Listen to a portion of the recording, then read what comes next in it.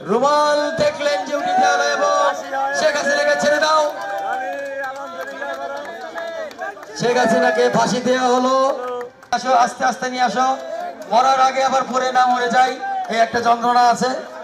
আপনারা দেখছেন যে আপনারা একটু সাইড দেন ভাই, আপনারা একটু কাইন্ডলি ভিতরে যান, আস্তে আস্তে ভাই, এত জোরে তোর বুড়ি মানুষ ভাই এভাবে করে নিয়ে যেতে হয় না, বয়স্ক মানুষ, আস্তে আস্তে নাও, মরার আগেই মেরে ফেলবো নাকি? আস্তে আস্তে আস্তে আস্তে ভাই, এত তাড়াহুড়া কিছু নাই, এত তাড়াহুড়া কিছু নাই। আমাদের এখানে ম্যাজিস্ট্রেট আছে ভাই, আপনারা একটু পিছনে যান ভাই, আর ফুটেজ খাওয়ার দরকার নেই, প্লিজ পিছনে যাই আমরা একটু। ভাই একটু দাঁড়াও, তোমরা তো ওয়েট করো না, জল্লাদ তুমি কি নিয়ম জানো না? দাঁড়াও, ম্যাজিস্ট্রেট আছে এখানে, আমাদের দামি ম্যাজিস্ট্রেট উপস্থিত আছেন, উনি ওখানে গিয়ে শেখ হাসিনার সাথে কিছু বার্তালাপ করবে, সেগুলো ব্যবস্থা আছে। আমাদের এখানে কালো কাপড়টা একটু পরে দাও, হুজুর আছে, কালো কাপড় আছে। ভাই আমি ম্যাজিস্ট্রেট সাহেবকে বলছি, দামি ম্যাজিস্ট্রেট সাহেব আপনি একটু উপরে আসেন। আমাদের যে আসামি আছে ফাঁসির কাস্টে, তার একটা স্বীকারোক্তি নেন এবং উনি কি বলে আপনি এসে জানান, উনি কি ওনার অপরাধ স্বীকার করেছে কিনা।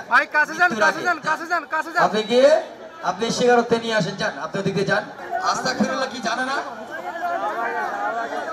তাহলে আপনারা একটু বলে দেন যে আস্তাগফিরুল্লাহ। আমি তো ওনার হজে যাওয়ার ছবি দেখেছিলাম, ওরে কাঁদতেছে, স্বীকার করতেছে, শেষ সময় অন্তিম সময় স্বীকার করতেছে।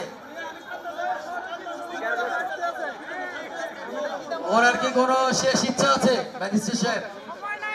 আমি ম্যাজিস্ট্রেট, ওনার কি কোনো শেষ ইচ্ছা আছে? আপনি কি জিজ্ঞেস করেছেন? এই কি বলেন, ইলিশ মাছ খাইতে চাইবে কেন?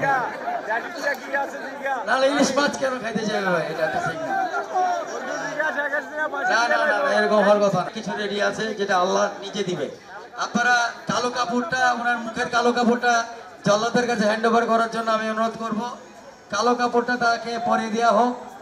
মোদির সাথে দেখা করার সুযোগ দেওয়া হোক, ওনার একমাত্র স্বামী হচ্ছে মোদি, মোদির সাথে দেখা করার সুযোগ দেওয়া হোক।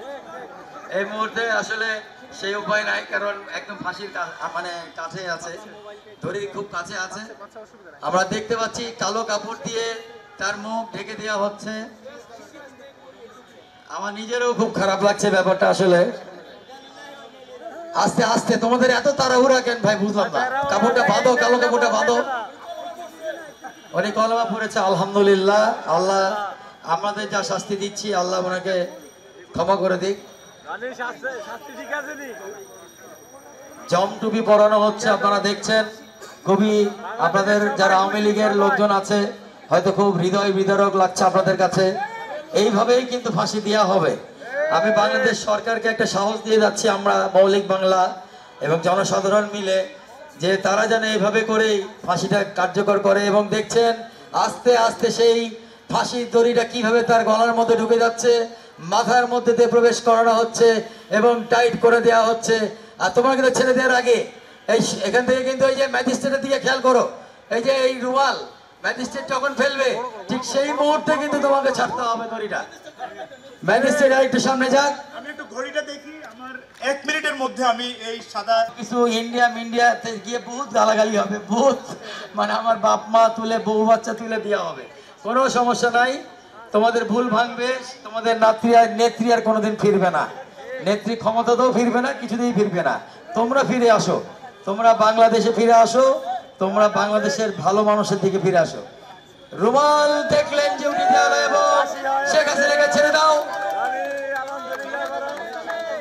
শেখ হাসিনাকে ফাঁসি দেওয়া হলো এবং নড়ানড়ি করছে, ছটফট করছে, শেষ নিঃশ্বাস হয়তো বের হয়ে যাচ্ছে, ছটফট করছে, ছটফট করছে, শেষ নিঃশ্বাসটা বের হয়ে যাচ্ছে মনে হয়।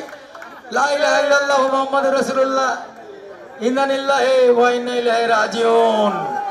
আমরা সবাই ইন্না লিল্লাহি ওয়া ইন্না ইলাইহি রাজিউন পড়ি, কারণ সে চলে গেছে, যে চলে গেছে তার উপরে রাগ রাখতে হয় না।